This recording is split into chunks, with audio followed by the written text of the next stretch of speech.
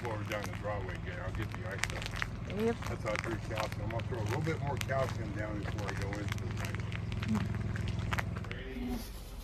So guys, magluluto ako ng pork chop for our hapunan. Our dinner for today's pork chop is this will be the shake and bake.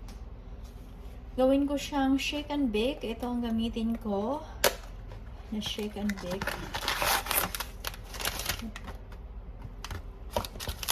Dito lang yan. Simple lang yan guys. Simple lang. Simple. Hi. Who are you? I don't know. Lagay lang yun dyan. Yep. Tapos lagay itong pork chop. Nahugasan ko na yan. Tapos lagay ito yung ano. Then, ganun.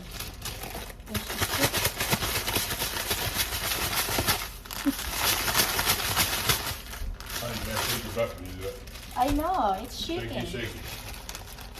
Try to shake off the extra. Tapos yan. Huh? Lagay dyan. You gotta talk to it once more. Yep.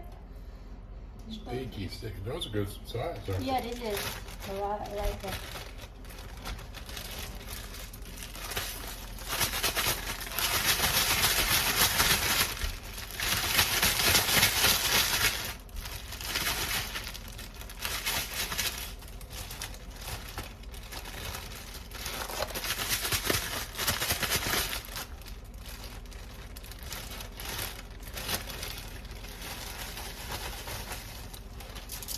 So, patuloy ko lang ito.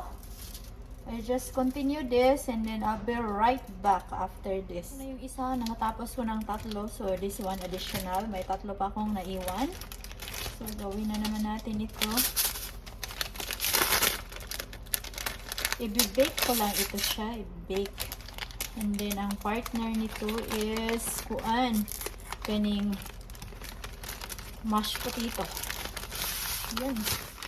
So, ang isang box is enough siya sa 6 kapiraso. So, 6 kapiraso ay isang box. Okay na siya. Original. 2 packs na kasi ang laman.